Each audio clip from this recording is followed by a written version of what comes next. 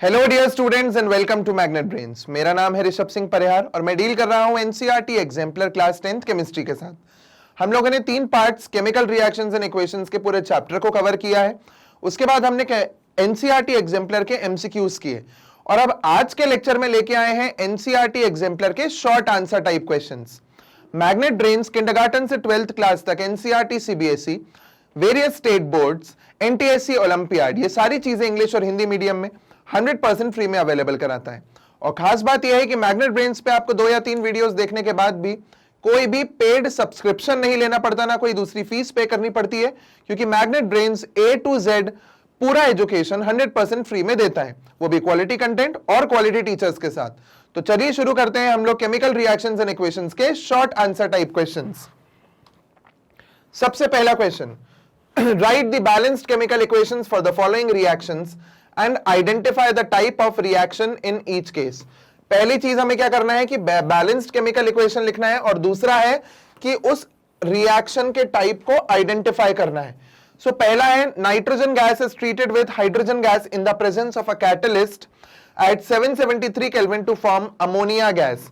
देखिए, nitrogen react कर रहा है हाइड्रोजन के साथ, जिसमें एक कैटलिस्ट यूज किया गया है। वैसे निकल कैटलिस्ट यूज होता है 773 केल्विन पे और फॉर्म कर रहा है अमोनिया गैस।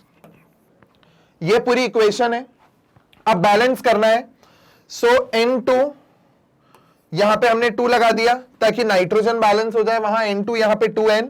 अब हाइड्रोजन यहां H2 है, यहां H3 है, तो कितना हो गया 2 3 6, 6 हाइड्रोजन हो गए। यहां 6 करने के लिए हम यहां एक 3 लगा देंगे, तो N2 + 3H2 gives 2NH3। यह हमारी पहली इक्वेशन हो गई। Sodium hydroxide solution is treated with acetic acid to form sodium acetate and water. Sodium hydroxide है NaOH, ये रिएक्ट हो रहा है एसिटिक एसिड के साथ जिसका फॉर्मूला होता है CH3COOH, और फॉर्म क्या कर रहा है सोडियम एसिटेट। कैसे फॉर्म कर रहा है, यहां से ये अलग होगा, यहां से ये H अलग होगा। अब ये Na आके यहां पे CH3COO के साथ जुड़ जाएगा कुछ इस तरीके से। देखिए, ओके, CH3COO Na और साथ में उन्होंने क्या बोला, वाटर H2O। अब इसको अगर हम बैलेंस करें, सो यहां एक Na है, वहां एक Na है, यहां है CH3COO CH3COO, एक हाइड्रोजन यहां है, एक हाइड्रोजन यहां है, H2 और O। ये इक्वेशन ऑलरेडी बैलेंस्ड है। Okay, third, ethanol is warmed with ethanoic acid. सबसे पहले इथेनॉल का फॉर्मूला लिखते हैं। इथेनॉल का फॉर्मूला है C2H5OH, ये अल्कोहल कहलाता है। अब इथेनॉल की रिएक्शन हुई है इथेनोइक एसिड से, विच इज CH3COOH। अब एक चीज देखिए, यहां एसिटिक एसिड लिखा था, यही फॉर्मूला था। यहां इथेनोइक एसिड बोला हुआ है, वो तो भी फॉर्मूला यही लिखा है। क्यों? क्योंकि इथेनोइक एसिड को ही हम लोग कॉमनली एसिटिक एसिड बोलते हैं, उसी का नाम है। अब आगे इन दोनों का रिएक्शन हुआ और इथाइल एसिटेट फॉर्म हुआ। इसका मतलब क्या, यहां से ये टूटेगा और यहां से ये वाला O और H को छोड़ता हुआ टूट जाएगा। अब क्या हुआ, यहां से C2H5O बचा, यहां CH3CO बचा, ये दोनों आपस में जुड़ जाएंगे। चलिए जोड़ देते हैं इन्हें। तो C2H5O कहां जुड़ा, पहले इसको लिखते हैं CH3CO और फिर C2H5O। ये मेरा कंपाउंड बन गया, कौन सा, इथाइल एसिटेट। ठीक है, ये रिएक्शन हम तब पढ़ेंगे जब एसिड बेसिस सॉल्ट, वो भी कार्बन इन कंपाउंड्स में, not even acid basis salts, carbon in compounds जो है, कार्बन इन कंपाउंड्स में एक एस्टरिफिकेशन रिएक्शन आती है। तो ये एस्टरिफिकेशन है क्योंकि जो ये बन रहा है ना, ये एस्टर है, और एस्टर क्या होता है, एक स्वीट स्मेलिंग कंपाउंड। तो स्वीट स्मेलिंग कंपाउंड को एस्टर बोलते हैं, ये वो एस्टर है। आगे क्या दिया हुआ है, acetate in the presence of concentrated H2SO4, तो यहां लिख देते हैं कॉन्सेंट्रेटेड H2SO4। अब बैलेंस करके देख लें। हाँ, वैसे बैलेंस्ड होगा C2H5O C2H5O CH3CO CH3CO और साथ में हाँ ये OH और H, इसको मिला के वाटर भी बना ही देते हैं। ये लीजिए, ठीक है, ये बन गया हमारा C वाले पार्ट का पूरा solution. Next, ethene is burnt in the presence of oxygen to form carbon dioxide, water and release heat and light। देखिए क्वेश्चन देखिए, ethene is burnt in the presence of oxygen to form carbon dioxide, water and releases heat and light। चलिए ethene को कैसे बनाते हैं, C2H4, ये है ethene. Okay, is burned in the presence of oxygen. इसको हमने ऑक्सीजन के प्रेजेंस में बर्न किया to form carbon dioxide, water and release heat and light, and release heat and light. Okay, ये हमारी पूरी इक्वेशन है ये डी वाले की। अब इसकी अगर हम बैलेंसिंग देखें, सो यहां पे C2 है, यहां एक ही कार्बन है तो यहां 2 लगा देते हैं। उसके बाद H4, वहां पे 2 हाइड्रोजन है, यहां 2 लगा देते हैं, 2 2 4। अब 2 2 4 5 6 ऑक्सीजन।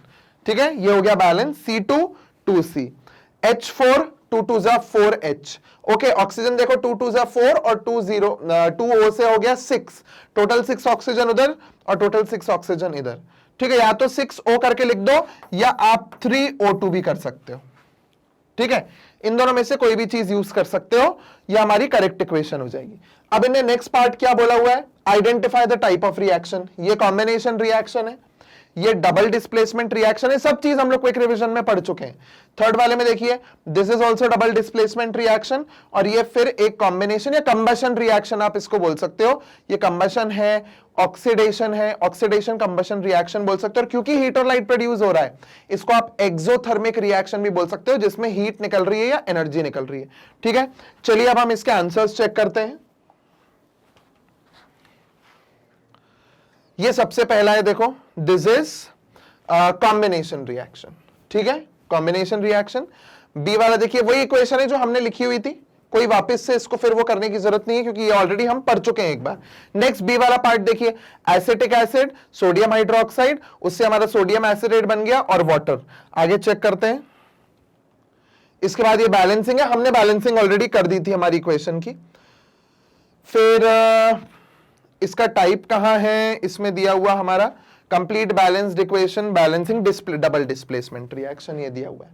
ठीक है, डबल डिस्प्लेसमेंट है ना, वहां पे अभी आपको मैंने क्रॉस करके पूरा बताया था। नेक्स्ट सी वाला, writing the equation in the word form, पहले वर्ड फॉर्म में लिखा है, फिर स्केलेटल केमिकल इक्वेशन। स्केलेटल का मतलब होता है अनबैलेंस्ड। ठीक है, यहां पे बैलेंस्ड केमिकल इक्वेशन लिखी हुई है, और देखिए ये लिखा हुआ है डबल डिस्प्लेसमेंट। हमने डबल डिस्प्लेसमेंट समझा था अभी वहां पे, इसका सी पार्ट। नेक्स्ट, और ये है डी, पहले वर्ड इक्वेशन लिखा है, फिर balanced chemical equation, skeletal equation लिखी है।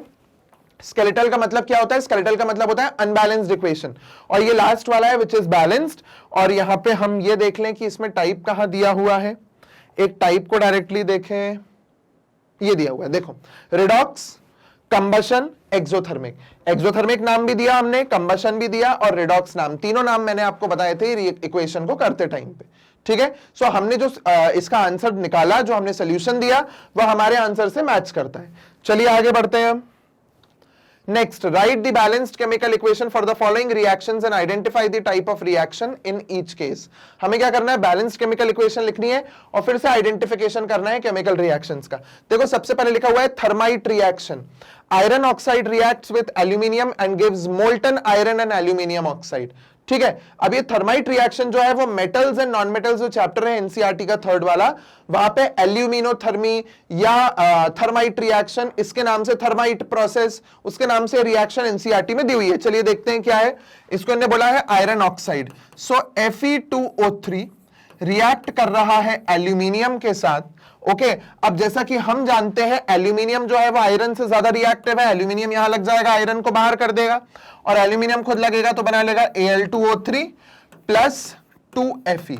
ओके, और हम यहां पे क्या कर दें, बैलेंस करने के लिए 2 लगा देते हैं, बाकी पूरा बैलेंस देखो, O3 O3, Fe2 2Fe, Al2 2Al, पूरा इक्वेशन बैलेंस्ड है। बस हमने क्या किया, यहां एक 2 लगा दिया है, और ये इक्वेशन है। अब हमको यहां पे टाइप क्या समझ आ रहा है, डबल डिस्प्लेसमेंट रिएक्शन है, सिंगल डिस्प्लेसमेंट। अच्छा एक चीज और, डिस्प्लेसमेंट को सिंगल डिस्प्लेसमेंट रिएक्शन भी बोलते हैं, क्योंकि सिंपली Al यहां Fe की जगह लग गया, Fe को बाहर निकाल दिया, तो इसे सिंगल डिस्प्लेसमेंट या डिस्प्लेसमेंट रिएक्शन बोलेंगे। नेक्स्ट देखिए क्या लिखा हुआ है, magnesium ribbon is burnt in an atmosphere of nitrogen gas to form solid magnesium nitride. चलिए इसको लिखते हैं, देखिए सॉल्व करके देखते हैं। इन्हें बोला मैग्नीशियम रिबन जो है वो नाइट्रोजन के एटमॉस्फेयर में जलाई जाती है और उसके बाद वो फॉर्म कर लेती है magnesium nitride which is Mg3N2। अब यहां सीधा सीधा नंबर देख लो, Mg3 दिया है, यहां 3 लगा दो, N2 दिया हुआ है, यहां N2 है ही ऑलरेडी, तो Mg3N2 इस तरीके से हमारा बन जाएगा। ये हो गया magnesium when burnt in atmosphere of nitrogen forms magnesium nitride.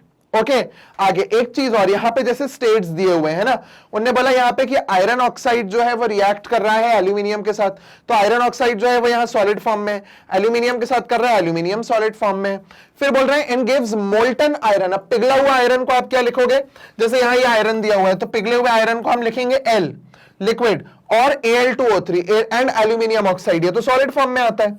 अब आयरन पिघला हुआ क्यों आ रहा है, क्योंकि ये रिएक्शन इतनी ज्यादा एक्सोथर्मिक होती है, डिस्प्लेसमेंट रिएक्शन है, एक्सोथर्मिक रिएक्शन होती है, हीट इतनी निकलती है, इतनी हीट निकलती है कि वो आयरन को पिघला देती है। इस कारण जो आयरन ऑब्टेन हो रहा है ये पिघला हुआ फॉर्म में आता है।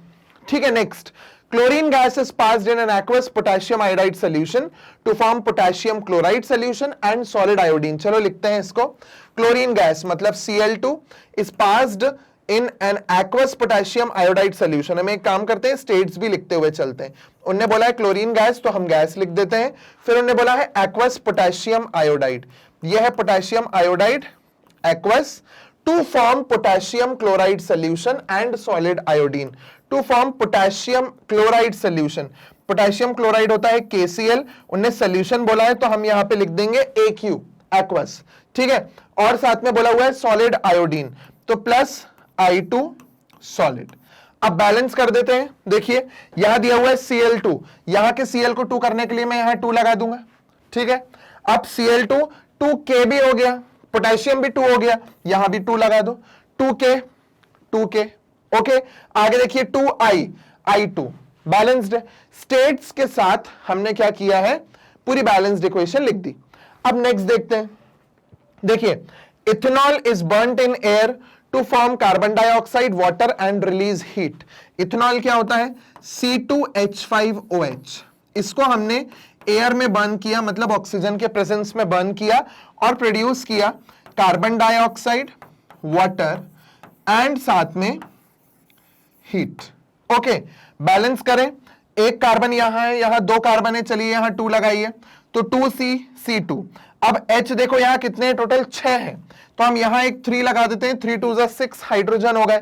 अब ऑक्सीजन कितने हो गए, 2 2 4 और 4 5 6 7 हो गए। ठीक है, सो देखिए यहां हम लगाते हैं 3 3 2 6, यहां 3 लगाया। अब देखो ऑक्सीजन को एक बार फिर से बताता हूं, 2 2 4 4 हो गए ऑक्सीजन, यहां देखो 3O तो 7 हो गए टोटल। अब यहां देखो 3 2 6 ऑक्सीजन और एक अकेला यहां है 7, ये हो गई बैलेंस्ड केमिकल इक्वेशन। क्लियर, सो यहां पे ये भी बैलेंस्ड है, ये भी बैलेंस्ड है, ये भी बैलेंस्ड है, ये भी बैलेंस्ड है, और प्लस हम यहां पे स्टेट्स भी चलिए लिख देते हैं। मैग्नीशियम रिबन का बोला है तो मैग्नीशियम रिबन सॉलिड होता है, नाइट्रोजन गैस होता है, और सॉलिड मैग्नीशियम नाइट्राइड क्वेश्चन में बोला हुआ है, देखो सॉलिड मैग्नीशियम नाइट्राइड हम यहां S लिख देते हैं सॉलिड। ठीक है, यहां देखो इथेनॉल, इथेनॉल हम अल्कोहल जो है वो तो लिक्विड होता है, तो हम यहां लिख देंगे उसको लिक्विड फॉर्म में। ठीक है, अल्कोहल हमारा 3O2 ये गैसियस फॉर्म में है। ठीक है, CO2 जो है वो गैसियस फॉर्म में निकलेगा, और वाटर के बारे में उन्होंने कुछ बताया नहीं है, मगर हीट निकल रही है तो वेपर के फॉर्म में भी हो सकता है, लिक्विड के फॉर्म में भी हो सकता है, बट क्वेश्चन में उन्होंने ऐसे अलग से स्पेसिफिकली मेंशन नहीं किया है यहां पे कि किस फॉर्म में हमें हमारा H2O मिलेगा। ठीक है, चलिए आगे बढ़ते हैं। उसके बाद वैसे वो वेपर के फॉर्म में होगा, हम यहां पे G लिख देते हैं, क्योंकि हीट निकल रही है ना साथ में, वेपर के फॉर्म में ही जाएगा वाटर। ठीक है, ये कंप्लीट हो गया हमारा बैलेंस्ड इक्वेशंस। चलिए आगे बढ़ते हैं, क्या हम कुछ मिस कर रहे हैं। टाइप ऑफ रिएक्शन देखो, डिस्प्लेसमेंट रिएक्शन, कॉम्बिनेशन रिएक्शन, इसमें कॉम्बिनेशन नहीं हो रहा है, इसमें डिस्प्लेसमेंट हो रहा है, और बहुत बढ़िया एग्जांपल है डिस्प्लेसमेंट का, इसको ध्यान से देखना इस वाले को। चलो ऊपर का हो गया है ना, हम ऊपर वाले को क्लियर कर देते हैं। ओके देखो ऊपर वाला हो गया है, हमने इसके बारे में बता भी दिया, अभी आंसर चेक करेंगे। ठीक है, एक बार जरा इस इक्वेशन को देखो ध्यान से, क्या बोल रहे हैं इस इक्वेशन में, Cl2 रिएक्ट कर रहा है Ki से और फॉर्म कर रहा है KCl प्लस I2, ये फॉर्म हो रहा है। अब देखो क्लोरीन आयोडीन की जगह लग रहा है और आयोडीन को हटा रहा है। मैं तो यही देख पा रहा हूं कि क्लोरीन जो है वो आयोडीन की जगह लग रहा है और आयोडीन को हटा दे रहा है, मैंने यही देखा। सो यहां पे क्या हुआ, डिस्प्लेसमेंट। और यहां किसका डिस्प्लेसमेंट हो रहा है, नॉन मेटल का। A more reactive non metal displaces a less reactive non metal. और नॉन मेटल की डिस्प्लेसमेंट का आप एक बार ऑर्डर देख लो, सबसे ज्यादा स्ट्रांग होता है फ्लोरीन, उससे कम होता है क्लोरीन, उससे कम होता है ब्रोमीन, उससे कम होता है आयोडीन। मतलब आयोडीन को इनमें से कोई भी हटा सकता है, ब्रोमीन को इन दोनों में से कोई भी हटा सकता है, क्लोरीन को सिर्फ फ्लोरीन हटा सकता है और फ्लोरीन को कोई भी उसकी जगह से डिस्प्लेस नहीं कर सकता। ये रिएक्टिविटी की ऑर्डर है। क्लियर हुआ? और ये हमारा लास्ट, ये भी बैलेंस के साथ हमने लिख दिया। चलिए आगे बढ़ते हैं, चेक करते हैं। Thermite reaction Fe2O3 plus 2Al gives Fe plus Al2O3, solid solid solid, हमने यही लिखा था। Next 3Mg solid plus N2 gaseous gives Mg3N2 solid, ये भी हमारा हो गया। ये कॉम्बिनेशन रिएक्शन है, एक रिडॉक्स रिएक्शन भी है, वो भी रिडॉक्स और डिस्प्लेसमेंट रिएक्शन है, ठीक है। उसके बाद देखिए क्लोरीन वाला Cl2 plus 2Ki gives 2KCl plus I2, ये भी अभी हमने कर दिया, इसको डिस्प्लेसमेंट रिएक्शन बताया था मैंने। और ये लास्ट वाला दिया हुआ है, ये कंबशन रिएक्शन, इसका हम लोगों ने पिछले वाले में टाइप नहीं बोला था, वो हमने सॉल्यूशन के चक्कर में, पर अभी यहां देख लीजिए, ये कॉम्बिनेशन, ये कंबशन रिएक्शन है। यहां जल रही है ना कोई चीज, इथेनॉल को हम यहां जला रहे हैं, और ऑब्वियस चीज, जब कोई चीज जलती है तो उसमें से हमेशा हीट निकलती है, हीट निकलती है मतलब वो एक्सोथर्मिक होती है। So this is exothermic and a combustion reaction. Redox क्यों बोला है, क्योंकि रिडॉक्स भी हो रहा है ना, यहां पे देखिए ऑक्सीडेशन रिडक्शन, ठीक है। सो ये पूरा हमारा हो गया इक्वेशन कंप्लीट। चलिए आगे बढ़ते हैं। Complete the missing components variables given as x and y in the following reaction। हम यही लिखते जाते हैं, ठीक है। सबसे पहला PbNO3 whole twice plus 2 Ki gives PbI2 plus 2 KNO3, याद है ये इक्वेशन, ये हमने एक्टिविटी 1.2 एनसीईआरटी की जो है वो है ये इक्वेशन, ठीक है। सो PbNO3 whole twice plus 2 Ki gives PbI2, PbI2 solid form में निकलता है। क्यों सॉलिड फॉर्म में निकलता है, ये पीपीटी के फॉर्म में बनता है ना, और 2 KNO3 जो होता है वो एक्वस फॉर्म में बनता है, पानी में घुले हुए फॉर्म में ये बनता है। ये हम क्विक रिवीजन में कर चुके हैं। Cu plus 2 AgNO3 gives CuNO3 plus dash, x की जगह डैश है, तो देखो Cu जो है वो क्या करेगा, वो Ag की जगह लग जाएगा आके। Cu जो है वो Ag की जगह लग गया और उसने CuNO3 फॉर्म कर लिया, ठीक है। एक चीज और, ये Cu जो है वो 2 प्लस होता है उसके ऊपर चार्ज, तो NO3 होल ट्वाइस होगा, CuNO3 होल ट्वाइस, ठीक है। अब NO3 आप यहां पे भी देखो ना, 2 लग रहे हैं ना, 2NO3, तो NO3 यहां पे होल ट्वाइस होता है, ठीक है। अब बचा क्या, Cu तो यहां Ag की जगह लग गया, Ag को बाहर निकाल दिया, X हमारा Ag हो गया। क्लियर, यहां Ag हो गया, और वो भी अकेला Ag नहीं, 2Ag, बैलेंस्ड इक्वेशन के हिसाब से 2Ag आएगा। Next Zn plus H2SO4 gives ZnSO4 plus H2। अब हमें पता है H2 जो है वो तो गैसियस फॉर्म में निकलेगा, और जो ये X है वो किसके फॉर्म में होगा, एक्वस सॉल्यूशन के फॉर्म में, तो यहां मैं लिख देता हूं एक्वस। क्लियर, आगे CaCO3 X, ये थर्मल डिकम्पोजिशन ऑफ लाइमस्टोन, मैंने क्विक रिवीजन के टाइम पे भी पढ़ाया था। ये CaCO3 को आप क्या करो, हीट करो, हीट की जगह या तो आप ट्राइंगल लगा दो या हीट लिख दो, हो जाएगा सोल्यूशन, ठीक है। ये हमारा इसका आंसर है। चलिए अब चेक करें, चलिए देखिए PbNO3 ये हो गया हमारा सॉलिड, ये एक्वस, ओके। नेक्स्ट CuAgNO3 ये आ गया 2Ag, X हमारा Ag। Next Zn plus H2SO4 gives ZnSO4 plus H2, ये गैसियस है, ये एक्वस है, ओके। नेक्स्ट CaCO3 और इसके साथ पे क्या, यहां पे X, वहां X लगा हुआ था, यहां X लगा हुआ था, तो उसकी जगह पे हीट। क्लियर, अब आप या तो हीट लिख सकते हो या एक ट्राइंगल भी बना सकते हो। आगे बढ़े, चलिए next, Which among the following changes are exothermic और endothermic in nature? इनमें से कौन सा exothermic है और कौन सा endothermic है ये बताओ। Decomposition of ferrous sulfate, FeSO4 को हीट करना। जब आप FeSO4 को हीट करोगे तो हमने क्या देखा था, FeSO4 को हीट किया गया तो बना Fe2O3 plus SO2 plus SO3, ये बना था हमारा, है ना। तो क्या करना पड़ा था, हीट करना पड़ा था, हीट देनी पड़ी थी। जब हीट दे रहे हो मतलब एंडोथर्मिक, FeSO4 हीट को अब्सॉर्ब करेगा, तो हमारी पहली इक्वेशन हो गई, रिएक्शन हो गई एंडोथर्मिक। नेक्स्ट देखो डाइल्यूशन ऑफ सल्फ्यूरिक एसिड, कल भी मैंने बताया था एसिड में पानी या पानी में एसिड, वैसे मैं आपको पहले बता दूं सही तरीका क्या है, पानी में एसिड को डालना, पर मैं बोलचाल में वर्ड ये यूज करूंगा कि जब एसिड और पानी को मिलाया, यही बेटर है बोलना, वरना हमेशा पानी में एसिड को डालते हैं, ये चीज का ध्यान रखना, एसिड में पानी को नहीं डालते। क्लियर? सो देखिए, जब भी हमने एसिड और पानी को मिलाया एसिड की स्ट्रेंथ को कमजोर करने के लिए, तो बहुत हीट निकलती है, एक्सोथर्मिक रिएक्शन होती है। मैंने ये एक्सप्लेन भी किया था आपको किसमें, ये जो हमारा अभी एमसीक्यू वाला पार्ट हुआ था, एमसीक्यू वाले में भी एक्सप्लेन किया था कि कभी भी जब भी आप एसिड और पानी को मिलाओगे एसिड के डाइल्यूशन के लिए, तो उसमें बहुत हीट निकलती है, या तो अगर कांच का कंटेनर होगा वो हो भी सकता है फूट जाए, या सोल्यूशन छलक के भी आपके ऊपर आ सकता है।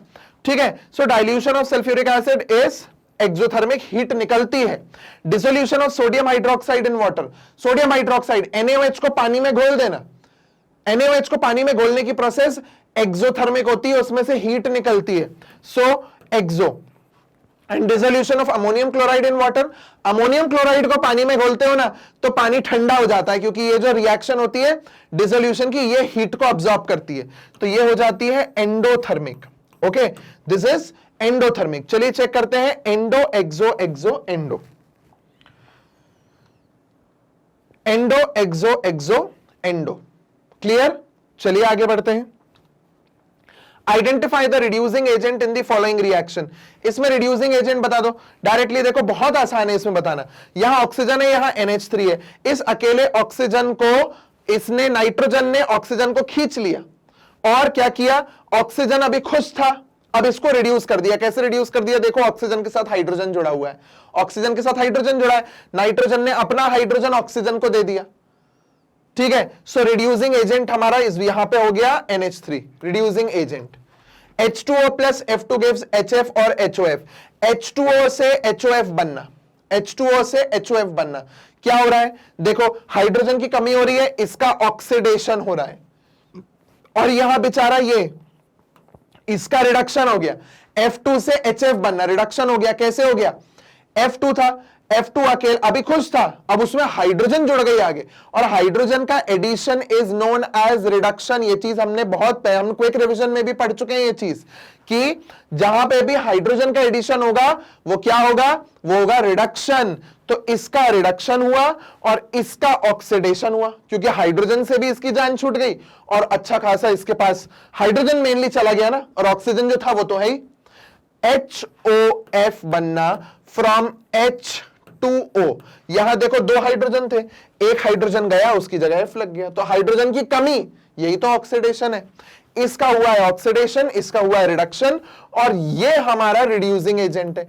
जिसका ऑक्सीडेशन होता है वो रिड्यूसिंग एजेंट होता है। हमने पढ़ा है ना ये part 3 chemical reactions and equations के वीडियो में, क्विक रिवीजन को देखिए आप लोग, यही पढ़ा है कि जिसमें ऑक्सीडेशन होता है वो रिड्यूसिंग एजेंट होता है। Next, Fe2O3 plus 3CO gives 2Fe plus 3CO2, अच्छा खासा Fe2O3 था, बेचारा Fe बन गया, ऑक्सीजन गई उसकी, ऑक्सीजन चली गई, तो ये क्या, इसका क्या हो गया, रिडक्शन, इसका हो गया रिडक्शन, और ये अकेला CO था अभी तक, अब CO2 बन गया, मतलब ऑक्सीजन का एडिशन हो गया, तो ये हो गया ऑक्सीडेशन, इसका हो गया ऑक्सीडेशन। जिसका ऑक्सीडेशन होता है वही रिड्यूसिंग एजेंट होता है। चलो यहां पे मार्क कर देते हैं, ठीक है, ये हमारा यहां रिड्यूसिंग एजेंट, हम सिर्फ रिड्यूसिंग एजेंट्स को मार्क करते जाते हैं। आगे 2H2 plus O2 gives 2H2O। अब एक चीज देखो, इससे ये बनना ऑक्सीजन का एडिशन, हाइड्रोजन में ऑक्सीजन का एडिशन, तो ये तो हो गया ऑक्सीडेशन, और O2 से ये बनना ऑक्सीजन में हाइड्रोजन का एडिशन, ये हो गया रिडक्शन। जिसका ऑक्सीडेशन होता है वो रिड्यूसिंग एजेंट होता है, वो रिड्यूसिंग एजेंट होता है। तो यहां H2 है, वहां पे 3CO है, और वो H2 और वो NH3।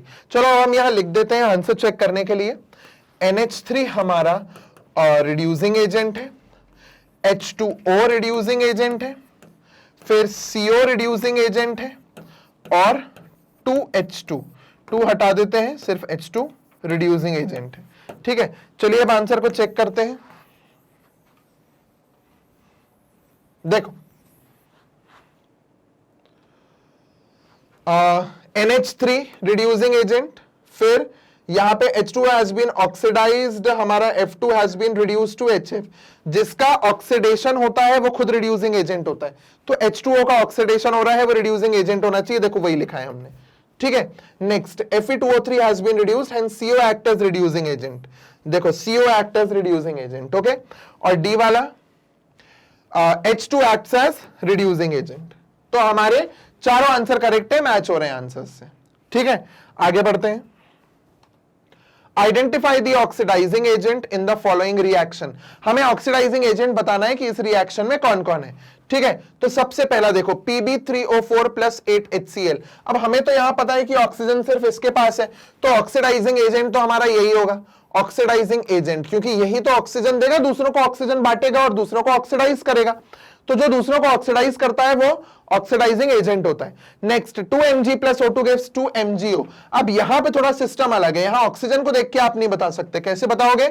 मैग्नीशियम है, मैग्नीशियम के आउटर मोस्ट शेल में 2 इलेक्ट्रॉन्स होते हैं, मैग्नीशियम का एटॉमिक नंबर होता है 12 और इलेक्ट्रॉनिक कॉन्फ़िगरेशन होता है 282, ठीक है। तो अब 282 में आउटर मोस्ट शेल में 2 इलेक्ट्रॉन्स है, 9th क्लास में एटम्स एंड मॉलिक्यूल्स में हमने ये चीज पढ़ी है, इवन स्ट्रक्चर ऑफ एटम में भी है, इलेक्ट्रॉन डॉट स्ट्रक्चर वगैरह 9th क्लास में पढ़े हुए हैं। अब यहाँ आउटर मोस्ट शेल में 2 इलेक्ट्रॉन है, ऑक्सीजन का एटॉमिक नंबर होता है 8, इलेक्ट्रॉनिक कॉन्फ़िगरेशन होता है 2 और 6, तो ऑक्सीजन के पास आउटर मोस्ट शेल में कितने इलेक्ट्रॉन्स हैं? 6।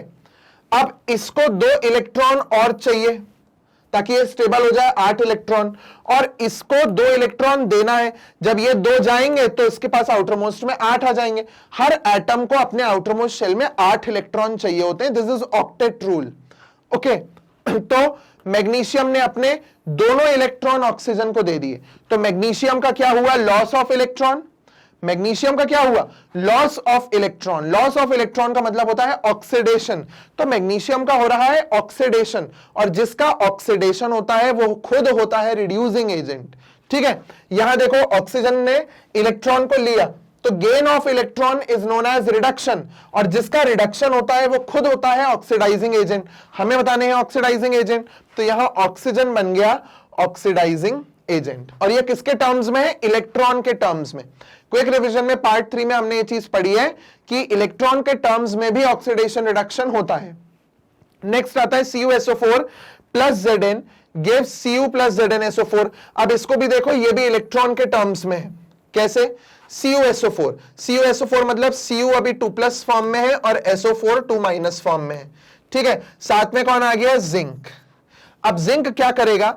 अपने 2 इलेक्ट्रॉन इस कॉपर को दे देगा, और कॉपर के ऊपर से ये 2+ का साइन हट जाएगा, 2+ मतलब 2 इलेक्ट्रॉन की कमी। जिंक ने 2 इलेक्ट्रॉन दिए, कॉपर की कमी को पूरा कर दिया, तो कॉपर अब बिना चार्ज के हो गया। वहीं जिंक ने 2 इलेक्ट्रॉन दिए, तो अब जिंक बन गया Zn2+ और वो बन जाएगा SO4 2- का साथी, तो ZnSO4 बन गया। और यही रिएक्शन यहां पे हो रही है, देखो ZnSO4 और Cu अकेला, ठीक है। अब ये देखो, कॉपर ने इलेक्ट्रॉन को लिया, gain of electron is reduction, जिसका रिडक्शन होता है उसका वो ऑक्सीडाइजिंग एजेंट होता है, तो यहां पे हमारा ये हो गया ऑक्सीडाइजिंग एजेंट और Zn हो गया रिड्यूसिंग एजेंट। हालांकि Zn का हुआ है ऑक्सीडेशन, और हमें पता है जिसका ऑक्सीडेशन होता है वो रिड्यूसिंग एजेंट होता है, ठीक है। चलिए आगे बढ़ते हैं। V2O5 plus 5Ca gives 2V plus 5CaO। अब मुझे यहां क्या दिख रहा है? यहां V2O5 है, यहां V है, पहले ऑक्सीजन जोड़ी थी, अब ऑक्सीजन बची नहीं, तो इसका मतलब क्या हुआ कि V2O5 में से ऑक्सीजन गई, loss of oxygen is reduction, reduction मतलब ऑक्सीडाइजिंग एजेंट, और ऑक्सीडाइजिंग एजेंट वही होगा भाई जो ऑक्सीजन देगा, और ऑक्सीजन देने की कैपेसिटी सिर्फ V2O5 में, क्योंकि उसी के पास ऑक्सीजन है, तो ये हो गया ऑक्सीडाइजिंग एजेंट यहां पे। और लास्ट है 3Fe plus 4H2O gives Fe3O4 plus 4H2। यहां ऑक्सीडाइजिंग एजेंट हो जाएगा ये वाला पार्ट, क्यों? क्योंकि इसके पास ऑक्सीजन है। देखो आप, इसने अपनी ऑक्सीजन Fe को दी और Fe को Fe3O4 बना दिया, तो ये बन गया यहां पे ऑक्सीडाइजिंग एजेंट। क्लियर? चलिए आगे बढ़ते हैं, आंसर चेक करते हैं। हम पहले साइड में लिख लें कि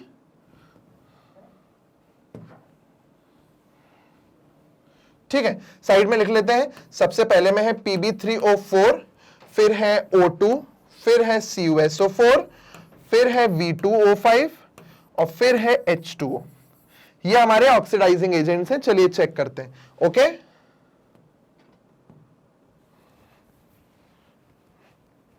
देखिए HCl has been oxidized, Pb3O4 is an oxidizing agent, second वाले में है O2 is the oxidizing agent, फिर थर्ड वाले में है CuSO4 is the oxidizing agent, and fourth वाले में है V2O5, ये CuSO4 सॉरी, फिर नेक्स्ट में देखो V2O5, और लास्ट वाला है H2O is the oxidizing agent.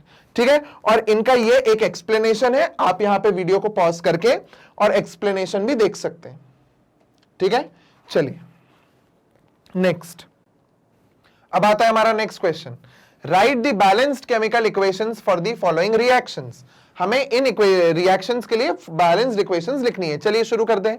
पहला, sodium carbonate on reaction with hydrochloric acid in equal molar concentrations give sodium chloride and sodium hydrogen carbonate. चलिए लिखते हैं sodium carbonate. Sodium carbonate is Na2CO3 on reaction with hydrochloric acid. Hydrochloric acid के साथ reaction में इन equimolar concentration, मतलब दोनों का equal moles हैं, give sodium chloride and sodium hydrogen carbonate. इसमें सोडियम क्लोराइड बना और सोडियम हाइड्रोजन कार्बोनेट बन गया. चलिए अब बैलेंस देखते हैं हुआ है कि नहीं. Na2 दो Na, एक कार्बन O3 HCl Cl और H. ये हमारी इक्वेशन बैलेंस्ड है. Next, sodium hydrogen carbonate on reaction with hydrochloric acid gives sodium chloride, water and liberates hydrogen liberates carbon dioxide. थोड़ा डिफरेंस है दोनों में, देख लेना. यहां सोडियम कार्बोनेट का यूज हो रहा है, यहां सोडियम हाइड्रोजन कार्बोनेट का यूज हो रहा है. देखो सोडियम हाइड्रोजन कार्बोनेट का यूज मतलब NaHCO3 plus HCl gives NaCl plus H2O plus CO2. यह हमारी इक्वेशन है, उन्होंने यही बोला है बनाने के लिए. ठीक है, अब बैलेंस करते हैं. Na एक है, ठीक है, HCO3 तो यहां H2 दिख रहे हैं हमें, और बल्कि वहां पे भी H2 है. ठीक है, CO3 यहां CO2 और एक O यहां पर है, तो Na H के दो हो गए, CO3 CO2 and OCO3 HCl, एक H यहां और एक Cl यहां. ठीक है, ये इक्वेशन हमारी बैलेंस हो गई. Next, copper sulphate on treatment with potassium iodide precipitates in cuprous iodide, liberates iodine gas and also forms potassium sulfate. चलिए बना देते हैं. Copper sulphate CuSO4 on treatment with potassium iodide, potassium iodide के treatment के साथ precipitate होता है in the form of cuprous iodide CuI, liberates iodine gas and also forms potassium sulfate, और साथ में फॉर्म करता है पोटेशियम सल्फेट K2SO4.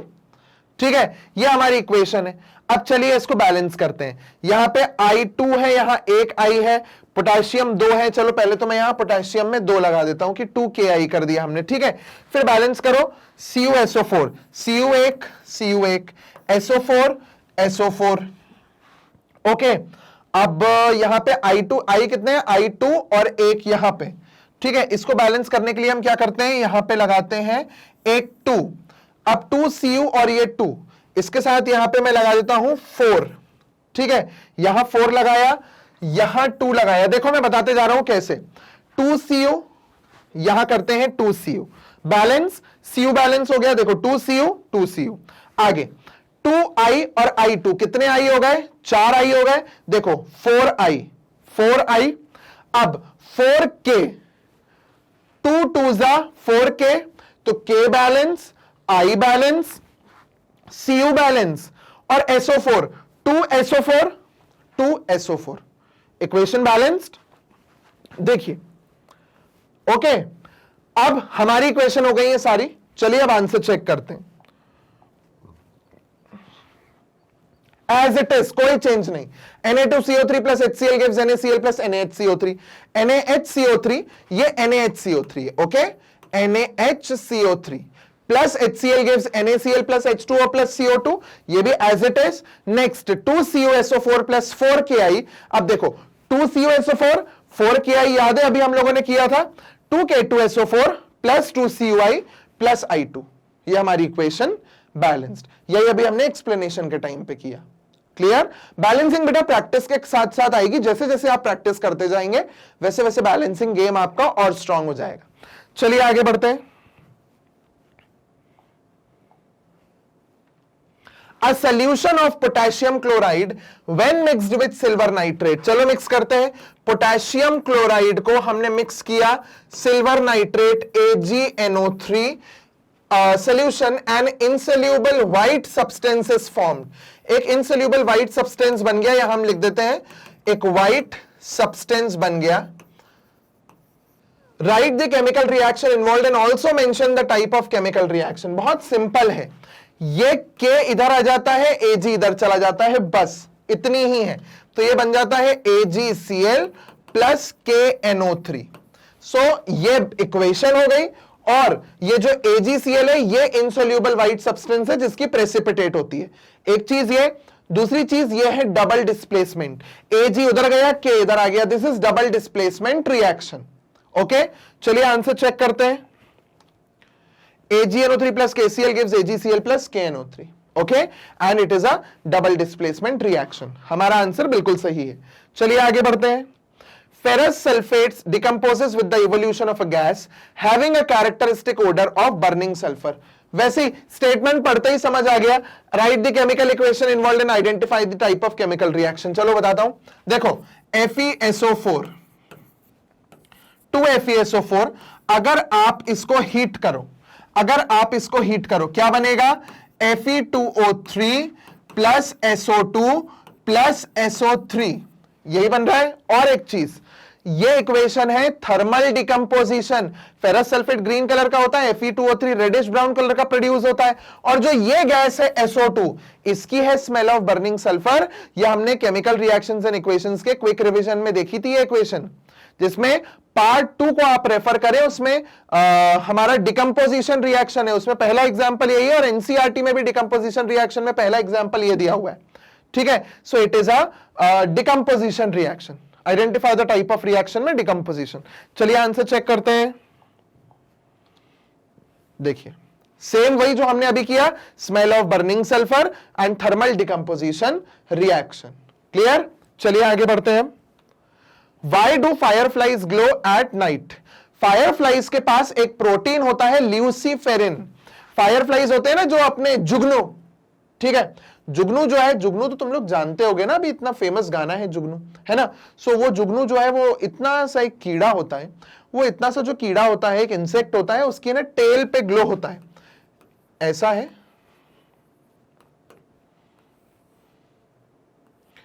ये उसके फिन्स है, ठीक है, और ये उसके पैर हैं। तो ये जो टेल होती है ना उसकी, इस तरीके से, ये टेल में है ना एक प्रोटीन होता है जिसका नाम होता है ल्यूसीफेरिन। ओके, सो ये ल्यूसीफेरिन का ऑक्सीडेशन होता है एक एंजाइम से जिसका नाम होता है ल्यूसीफेरेज। ओके, सो ल्यूसीफेरेज नाम का एक एंजाइम है जो ल्यूसीफेरिन प्रोटीन का ऑक्सीडेशन करता है, उसके कारण वो ल्यूसीफेरिन ग्लो होने लगता है। ठीक है, चलिए आंसर चेक करें। Fireflies glow at night due to the oxidation of the protein luciferin present in them by atmospheric oxygen in the presence of the enzyme luciferase। Luciferase oxidation कराता है, मैंने अभी बताया था। This oxidation reaction is accompanied by emission of light। इसके कारण light निकलती है। ठीक है, सो जुगनू फायरफ्लाई उसकी बात हो रही है यहाँ पे। क्लियर? चलिए आगे बढ़ते हैं। Grapes hanging on the plant do not ferment, but after being plucked from the plant can be fermented। Under what conditions do these grapes ferment? Is it a chemical or a physical change? पहली चीज तो मैं आपको ये बता दूं, grapes का पकना, जो अंगूर होते हैं वो पकते हैं, वो केमिकल चेंज होता है, वापस से आप पुराना वो नया अंगूर नहीं ला सकते, फर्मेंटेशन हो रहा होता है। ठीक है, फर्मेंटेशन किसके कारण होता है? अगर आप पेड़ पे वो लगा हुआ है तो पेड़ पे लगे हुए में उसको सारे न्यूट्रिएंट्स वगैरह सारी चीजें मिल रही होती हैं, बट फर्मेंटेशन के टाइम पे क्या होता है? ये फर्मेंटेशन होती है प्रोसेस जिसमें वो धीरे धीरे पकने लग जाता है। उसमें क्या, आपने उसके नेचुरल सोर्स से उसको प्लग कर दिया, अब जो उसके सेल्स हैं वो धीरे धीरे क्या करते हैं, अपने ही शुगर को, जो खुद में सेव्ड शुगर है उस फ्रूट में, उसको यूटिलाइज करते हैं, तब तक वो जिंदा रहते हैं। तो धीरे धीरे अब जैसे क्या होगा, वो शुगर धीरे धीरे यूज अप होगी। जब वो जैसे धीरे धीरे शुगर यूज अप होगी तो वो किस में कन्वर्ट होने लगेगी? इथेनॉल में। फर्मेंटेशन होने लग गया। हमने पढ़ा है ना कि शुगर जो होती है वो इथेनॉल में फर्मेंट होती है। इसीलिए कभी कभी अल्कोहलिक स्मेल आती है। जो फ्रूट्स रखे रहते हैं ना बाहर, जब वो धीरे धीरे पकने लगते हैं, गलने लगते हैं, तो उसमें से अल्कोहलिक स्मेल आती है, वो इसी रीजन से आती है। ठीक है, चलिए अब हमारा आंसर चेक करते हैं, और ये केमिकल चेंज है। Grapes contain glucose, sugar, which can undergo fermentation only in the presence of enzyme। एक एंजाइम है जाइमेज, जो किसमें प्रेजेंट होता है? ईस्ट में, क्योंकि फर्मेंटेशन हमेशा ईस्ट कराता है। या आपने 8th क्लास के साइंस में माइक्रो ऑर्गेनिजम्स के नाम के चैप्टर में पढ़ा होगा, जो जनरली साइंस की बुक्स में 2nd नंबर का चैप्टर होता है जनरली, माइक्रो ऑर्गेनिजम्स। तो माइक्रो ऑर्गेनिजम्स में ईस्ट का जिक्र होता है। ये जो ईस्ट है ये क्या करता है? फर्मेंटेशन कराता है, जिसमें ग्रेप्स के अंदर प्रेजेंट जो शुगर होती है ग्लूकोज, वो अल्कोहल में कन्वर्ट हो जाती है। तो देखिए ये शुगर है, जाइमेज एंजाइम जो ईस्ट का है उसने अल्कोहल में कन्वर्ट करा दिया। अल्कोहल अभी हमने C2H5OH लिखा था, ठीक है, सो अल्कोहल बन गया और साथ में कार्बन डाइऑक्साइड गैस, ये हमने छोटी क्लास में पढ़ा हुआ है। ठीक है, so to form ethanol and CO2 and this is the equation. Clear? चलिए आगे बढ़ते हैं। Which among the following are physical और chemical changes? इनमें से फिजिकल और केमिकल चेंजेस क्या है? चलिए, evaporation of petrol physical change है, सिंपली पेट्रोल उड़ रहा है बस गैस बन के। बर्निंग ऑफ लिक्विफाइड पेट्रोलियम, अब बर्निंग जहां होती है वहां केमिकल चेंज होता है। ठीक है, heating of an iron rod to red hot, iron rod को रेड हॉट कर देना, कुछ टाइम में ठंडा होने के बाद वो नॉर्मल आयरन बन जाएगा, ये फिजिकल चेंज है। कर्डलिंग ऑफ मिल्क, दही बन जाना दूध से, ये केमिकल चेंज है, वापस अब दूध ऑब्टेन नहीं होगा। Sublimation of solid ammonium chloride, sublimation का मतलब होता है अमोनियम क्लोराइड अभी सॉलिड था, वो उड़ के गैस बना, आप उसे कंडेंस कर दो, वो वापस से जो वो वेपर बने थे ना वो सॉलिड बन के कंडेंस हो जाएंगे। तो ये एक फिजिकल चेंज है, अभी सॉलिड था, गैस बना, गैस से वापस सॉलिड बन गया। Okay, so this is a physical change. चलिए चेक करते हैं इसके। चलिए देखिए, सबसे पहला दिया हुआ है फिजिकल चेंज, ठीक है, सो फिजिकल चेंज बिल्कुल सही है। सेकंड वाला देखिए दिया हुआ है केमिकल चेंज, हमने केमिकल चेंज भी उसको सही पकड़ा। फिर सी वाला जो है वो फिजिकल चेंज है, ठीक है, डी वाला जो है वो केमिकल चेंज है, यही लिखा हुआ है, और ई वाला है एक फिजिकल चेंज। सो हमने जो हमारा कंसेप्ट लगाया था वो बिल्कुल सही था, matching with the answer. Next, During the reaction of some metals with dilute hydrochloric acid, following observations were made. हमने dilute hydrochloric acid के साथ कुछ reactions करी। Explain these observations giving suitable reasons. चलिए सबसे पहले देखिए, silver metal does not show any change. Silver metal कोई change नहीं देता, क्योंकि silver lies below hydrogen in the reactivity series। जो हमारी reactivity series है वो कैसी है? देखिए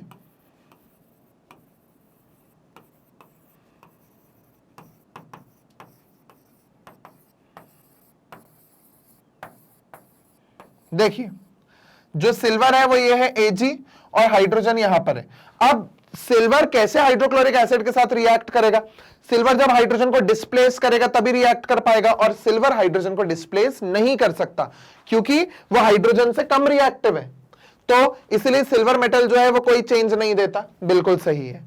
ठीक है, next, the temperature of the reaction mixture rises when aluminium is added. जब एल्यूमिनियम आप ऐड करोगे हाइड्रोक्लोरिक एसिड में तो टेम्परेचर बढ़ जाएगा HCl में, वो जो सोल्यूशन है उसमें। ऐसा क्यों? क्योंकि देखिए एल्यूमिनियम ऊपर लाए कर रहा है, जो एल्यूमिनियम है वो ऊपर लाए कर रहा है यहां पे हाइड्रोजन के, और एल्यूमिनियम हाइड्रोजन को डिस्प्लेस कर देगा। मतलब क्या होगा, अगर एल्यूमिनियम की रिएक्शन आप HCl के साथ कराओगे तो एल्यूमिनियम हाइड्रोजन को हटा के खुद उसकी जगह लग जाएगा, और डिस्प्लेसमेंट रिएक्शन जो होती है वो एक्सोथर्मिक होती है नेचर में। सो ये एक एक्सोथर्मिक रिएक्शन है, इसीलिए टेम्परेचर इंक्रीज होगा। Next, the reaction of sodium metal is found to be highly explosive, क्योंकि सोडियम रिएक्टिविटी सीरीज में ऊपर है और वो काफी रिएक्टिव होता है। तो सोडियम जैसे ही एसिड में डाला जाएगा वो NaCl फॉर्म करेगा, हाइड्रोजन निकलेगी, but the reaction would be highly vigorous, large amount of heat would be produced, heat बहुत निकलेगी। इसीलिए यहां पे एक्सप्लोसिव रिएक्शन, एसिड में डालने से एक छोटा सा, या सोडियम के ऊपर डिपेंड करता है कितना डाला होगा, थोड़ा सा टुकड़ा डालोगे तो ऐसे जैसे पटाखा फूटता है ना, जो छोटे छोटे बम आते हैं वो जैसे फूटता है, बिल्कुल वैसी आवाज आएगी। ज्यादा सोडियम डालोगे तो बड़ा एक्सप्लोजन आएगा। ठीक है, so sodium being very reactive reacts vigorously with HCl। Next, Some bubbles of a gas are seen when lead is reacted with the acids. जब आप lead को एसिड के साथ रिएक्शन कराते हो तो कुछ बबल्स निकलते हैं। कैसे? देखो lead जो है वो हाइड्रोजन के ऊपर है, तो जब भी lead HCl से रिएक्ट करेगा तो क्या होगा? lead हाइड्रोजन की जगह लगेगा, हाइड्रोजन को हटा देगा यहां से, तो हाइड्रोजन गैस के फॉर्म में निकलेगा ना। बट बहुत ज्यादा रिएक्टिव भी नहीं है lead, जस्ट हाइड्रोजन से थोड़ा ऊपर है, तो इसलिए थोड़े बबल्स निकलते हैं। वहीं जिंक होता तो थोड़े ज्यादा बबल्स निकलते, मैग्नीशियम होता तो और ज्यादा बबल्स निकलते, कैल्शियम होता तो और ज्यादा बबल्स निकलते। जितना ज्यादा रिएक्टिव मेटल होता है उतना ज्यादा हाइड्रोजन वो प्रोड्यूस करता है। ठीक है, सो ये रीजन इसका हो गया। चलिए अब आंसर चेक करते हैं।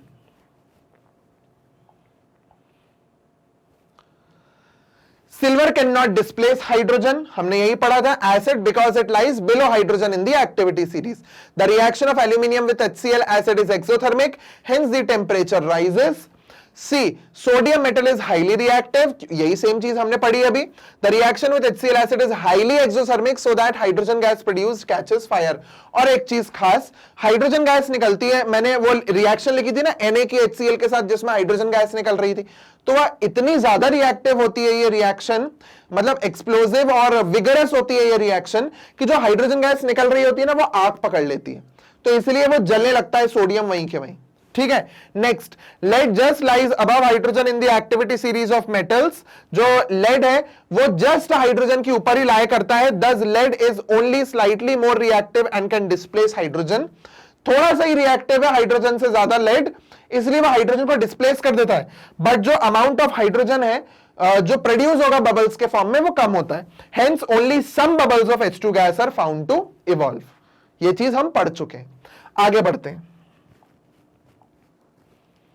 A substance X, which is an oxide of group 2 element, is used intensively in the cement industry. ये पढ़ते ही कुछ याद आया? हमने क्विक रिवीजन में और इसमें हमारे जो MCQ का डिस्कशन किया था उसमें भी पढ़ा था इसके बारे में। कौन सा ऐसा ऑक्साइड है जो सीमेंट इंडस्ट्री में यूज किया जाता है? कैल्शियम ऑक्साइड, हमने पढ़ा है ये। ठीक है, this element is present in bones and bones also. अब हमारी बोन्स में कैल्शियम के सॉल्ट्स प्रेजेंट होते हैं, तो कैल्शियम हो गया। On treatment with water it forms a solution which turns red litmus blue. जब आप कैल्शियम को वाटर से ट्रीट करोगे तो क्या बनेगा? CaOH whole twice. जब आप कैल्शियम को वाटर से ट्रीट करोगे तो CaOH होल ट्वाइस फॉर्म होगा। CaOH होल ट्वाइस जो है ये एक बेस है, और बेस जो है वो रेड लिटमस को ब्लू में कन्वर्ट करता है, रेड लिटमस ब्लू। बिल्कुल सही। Identify x and also right the chemical reactions involved. सबसे पहले ठीक है, इनने बोला है ये बोन्स में प्रेजेंट होता है on treatment with water. Water के साथ ट्रीटमेंट में ये बैलेंस्ड इक्वेशन लिखी हुई है, ये लो। ठीक है, ये बैलेंस्ड इक्वेशन लिखी हुई है, मगर इसमें एक चीज मेरे ख्याल में लगेगा, वो क्या होगा? यहां पे CaOH होल ट्वाइस है और कैल्शियम का H2O के साथ रिएक्शन, और ऑक्सीजन यहां 2 है, यहां ऑक्सीजन 1 है, तो हम यहां इसको 2 कर दें, 2 2 4 हो जाएगा, प्लस H2। हाइड्रोजन गैस भी तो निकलती है, कैल्शियम का रिएक्शन जब भी वाटर के साथ होता है ना उसमें हाइड्रोजन गैस भी निकलती है। सो अब ये बैलेंस हो गया, 2 2 4, 2 2 इधर और 2 ऑक्सीजन और Ca। ये हमारी बैलेंस्ड केमिकल इक्वेशन हो गई, और रेड लिटमस को वो ब्लू करता है, इसमें कोई इक्वेशन की जरूरत नहीं है। हो गया, चलिए चेक करते हैं। CaO सीमेंट में use, the element Ca is present in bones, CaO plus H2O gives CaOH whole twice, plus यहां पे हाइड्रोजन गैस निकलती है, ये चीज ध्यान रखना, और यहां पे एक 2 लग जाएगा। ये हो गई उसकी बैलेंस्ड केमिकल इक्वेशन। क्लियर? चलिए आगे बढ़ते हैं नेक्स्ट क्वेश्चन की तरफ। Right a balanced chemical equation for each of the following reaction and also classify them. Lead acetate solution is treated with dilute hydrochloric acid to form lead chloride and acetic acid solution। चलो करते हैं। lead acetate PbCH3COO, ये हो गया lead acetate whole twice, is treated with dilute hydrochloric acid। HCl के साथ treat किया, जिसमें बना lead chloride PbCl2, ये lead chloride बन गया, और acetic acid solution CH3COOH, ये सोल्यूशन बन गया। अब हुआ क्या है ये देखो, यहां से Pb इसके 2 Cl को जोड़ के वहां ले जाएगा, तो हमको यहां 2 लगाना पड़ेगा क्योंकि Cl2 है। अब CH3COO ये 2 बार है, और हर CH3COO में एक हाइड्रोजन जुड़ रहा है, तो CH3COO में एक हाइड्रोजन जुड़ा, दूसरे CH3COO में दूसरा हाइड्रोजन, यहां 2H भी है, हम यहां बैलेंसिंग के लिए 2 लगा देते हैं। अब ये हमारी इक्वेशन बैलेंस्ड है। अब नेक्स्ट आता है, a piece of sodium metal is added to absolute ethanol to form sodium ethoxide and hydrogen gas. Sodium के मेटल का टुकड़ा हमने किस में डाला, C2H5OH में। इससे क्या हुआ, यहां से ये निकलेगा, H हटेगा, सोडियम लग जाएगा और फॉर्म हो जाएगा C2H5ONa और हाइड्रोजन गैस H2। अब H2 यहां पर है तो उसे H2 करने के लिए हमें यहां 2 लगाना पड़ेगा, यहां 2 लगाना पड़ेगा और यहां 2 लगाना पड़ेगा। अब देखो 2Na 2Na 2C2H5O 2C2H5O और 2H H2, पूरा बैलेंस्ड। ओके, तो ये बन गया हमारा सेकंड वाले रिएक्शन की equation. Iron 3 oxide on heating with carbon monoxide, iron 3 oxide जो वो होता है Fe2O3। कहां से हमने आयरन 3 ऑक्साइड को निकाला, जैसे कि आयरन है, सो आयरन का यहां उन्होंने बोला है 3, दैट मींस 3 वैलेंसी वाला Fe+3 वाला, ठीक है। ऑक्सीजन का होता है 2, देखिए ये बना Fe2O3। So iron 3 oxide on heating with carbon monoxide, carbon monoxide के साथ हीट किया तो क्या बना, सॉलिड आयरन और कार्बन डाइऑक्साइड गैस लिबरेट होती है। चलो अब बैलेंस करें इसको, तो देखिए Fe2 यहां लगा दो 2Fe, O3, अब यहां 3 है वहां 2 है, तो हम क्या करते हैं, यहां पे एक 3 लगाते हैं, जिससे 3 और 3 6 हमारे ऑक्सीजन हो जाएंगे। हम यहां 3 लगा देते हैं, 3 2 6 ऑक्सीजन और 3C, इक्वेशन बैलेंस्ड, ठीक है। Next, hydrogen sulphide gas reacts with oxygen gas to form solid sulphur and liquid water.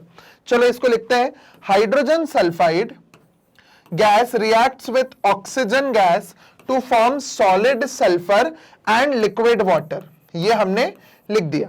अब चलिए बैलेंस करते हैं, H2 O2 है, O2 को करने के लिए हमने यहां 2 लगा दिया, जिससे 2O हो गया।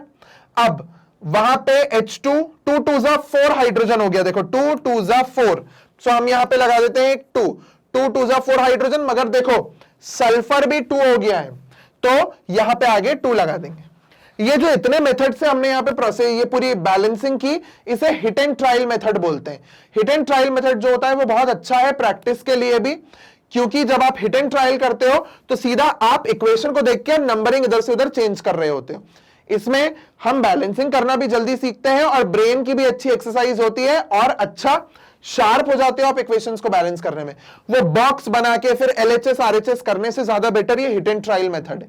चलिए आंसर चेक करते हैं। CH3COO whole twice Pb plus 2HCl gives PbCl2 plus 2CH3COOH, matching with our answer.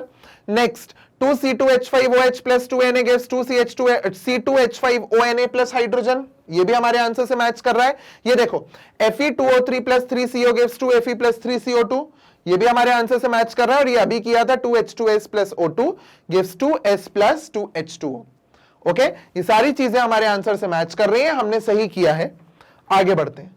Why do we store silver chloride in dark colored bottles? जो सिल्वर क्लोराइड है वो होता है AgCl, इसे हम लोग डार्क कलर्ड बॉटल्स में क्यों स्टोर करते हैं? क्विक रिवीजन में हमने पढ़ा है पार्ट 2 में, डिकम्पोजिशन रिएक्शन। लाइट जब पड़ती है तो ये सिल्वर क्लोराइड डिकम्पोज हो जाता है, जिसमें सिल्वर अलग हो जाता है और क्लोरीन गैस बन के उड़ जाती है। ये हमने एक्टिविटी में भी देखा है ना, एनसीईआरटी में भी राइट हैंड वाले पेज पे फोटोलिटिक डिकम्पोजिशन दिया हुआ है जो लाइट के प्रेजेंस में होता है। इसलिए सिल्वर क्लोराइड को हम लोग डार्क कलर्ड की बॉटल्स में रखते हैं ताकि धूप उस पे लगे ना और वो डिकम्पोज ना हो जाए, सिल्वर अलग और क्लोरीन अलग। ठीक है, आंसर चेक करते हैं। Silver chloride in the presence of light decompose to silver and chloride. Dark colored bottles cut off the light and hence prevent decomposition of silver chloride. Okay, चलिए आगे बढ़ते हैं। Balance the following chemical equations and identify the type of chemical reaction. ठीक है, चलिए ये सबसे पहला तो मुझे दिख रहा है कॉम्बिनेशन, फिर नेक्स्ट दिख रहा है ये डिकम्पोजिशन, ओके, फिर ये NaS का ये भी कॉम्बिनेशन,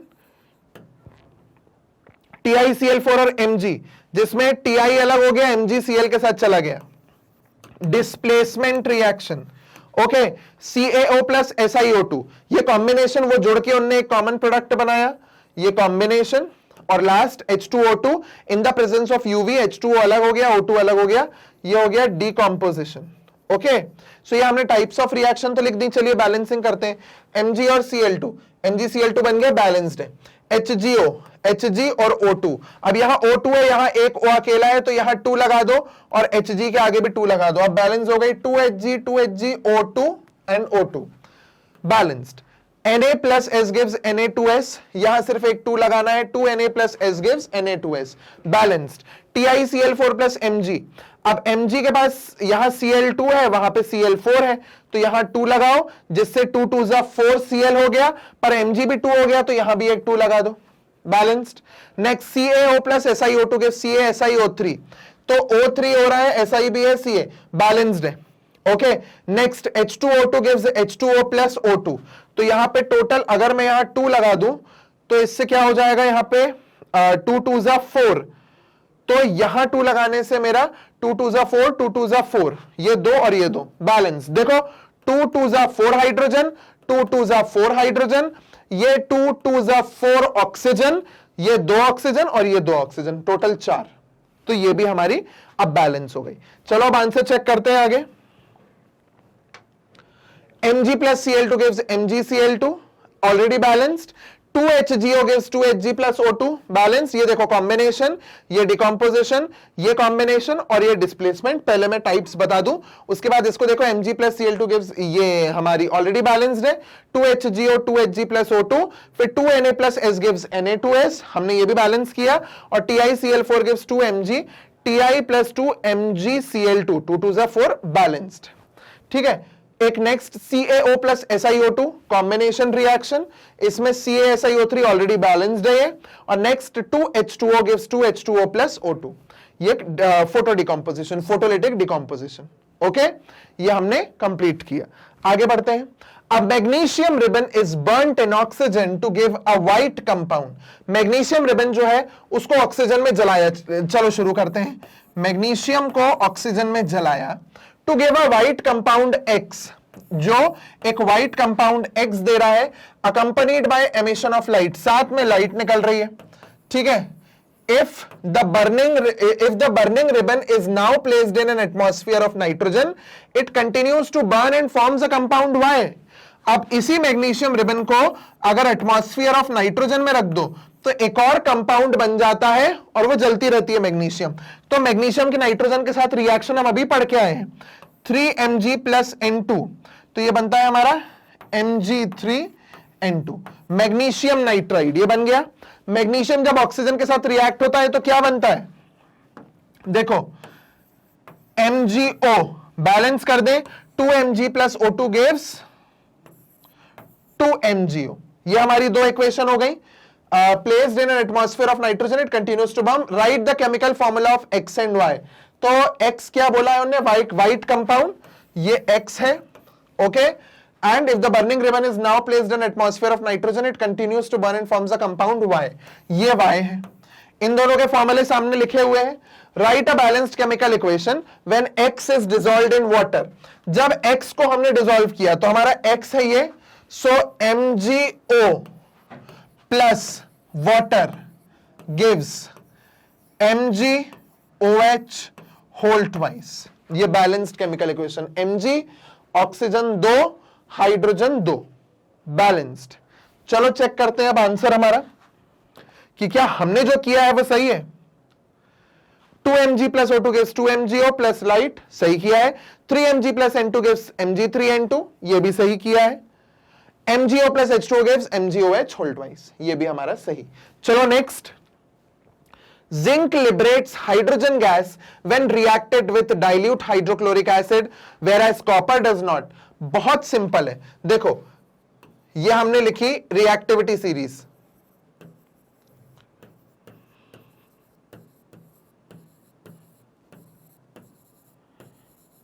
अब यहां आंसर मिल गया हमारा। देखो उनने बोला है जिंक जो है वो तो रिएक्ट करके हाइड्रोजन लिबरेट करता है बट कॉपर नहीं करता, ये है हमारा हाइड्रोजन, आंसर मिल गया।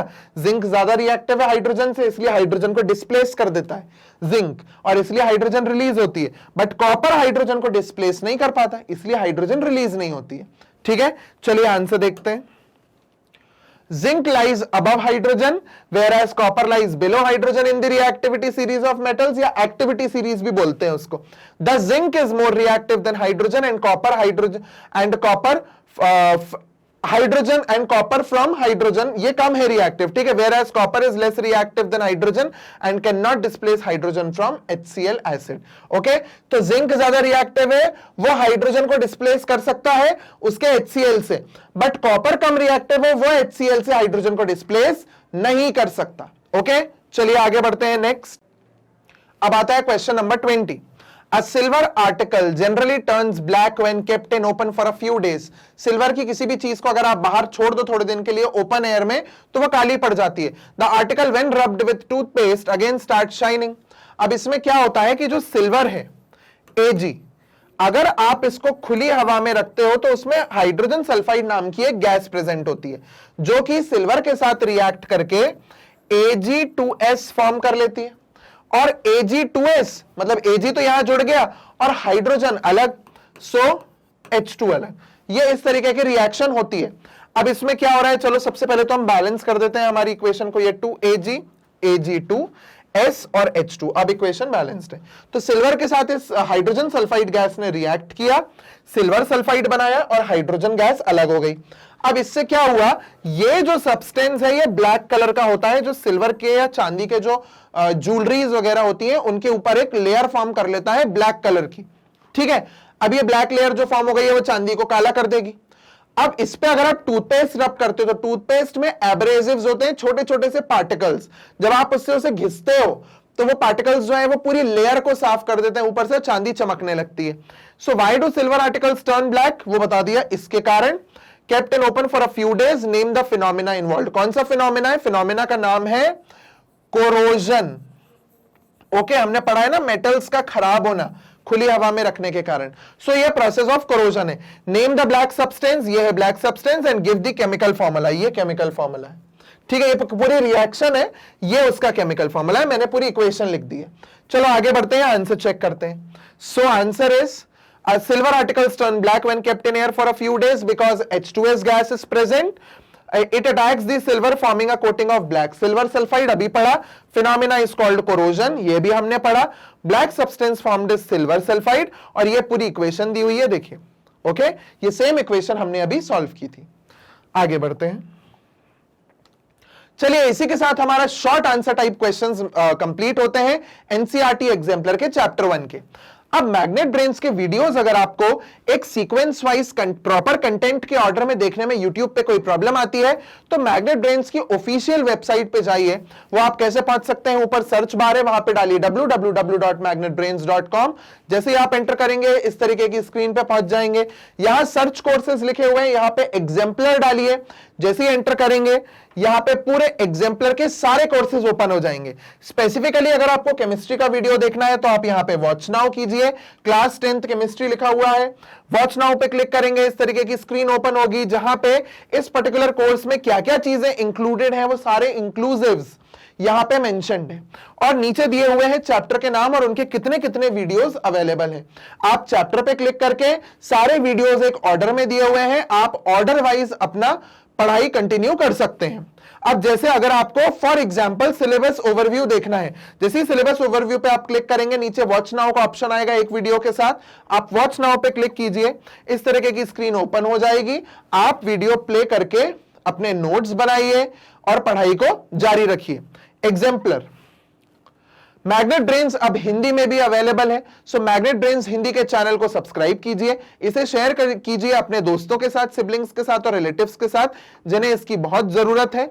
और यहाँ मैग्नेट ब्रेन्स हिंदी पे स्पेसिफिकली सारे चैप्टर्स को, पूरे कंटेंट को, पूरे सिलेबस को हिंदी में कवर किया गया है और हिंदी मीडियम में कवर किया गया है.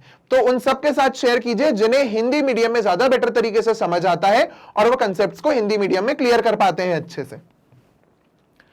मैग्नेट ब्रेन्स आपको किंडरगार्टन से 12th class, NCERT, CBSE, NTSC, olympiad ये सारी चीजें इंग्लिश और हिंदी मीडियम में 100% फ्री में अवेलेबल कराता है। खास बात यह है कि मैग्नेट ब्रेन्स पे 2 या 3 वीडियोस देखने के बाद भी आपको कोई पेड सब्सक्रिप्शन नहीं लेना पड़ता, ना कोई दूसरी फीस पे करनी पड़ती है, क्योंकि सारी चीजें मैग्नेट ब्रेन्स 100% फ्री में अवेलेबल कराता है, वो भी क्वालिटी कंटेंट और क्वालिटी टीचर्स के साथ। सो आपको वीडियो को लाइक करना है, चैनल को सब्सक्राइब करना है और इसे शेयर करना है अपने दोस्तों के साथ, सिबलिंग्स के साथ, अपने रिलेटिव्स के साथ, so that together we can improve the quality of education. Thank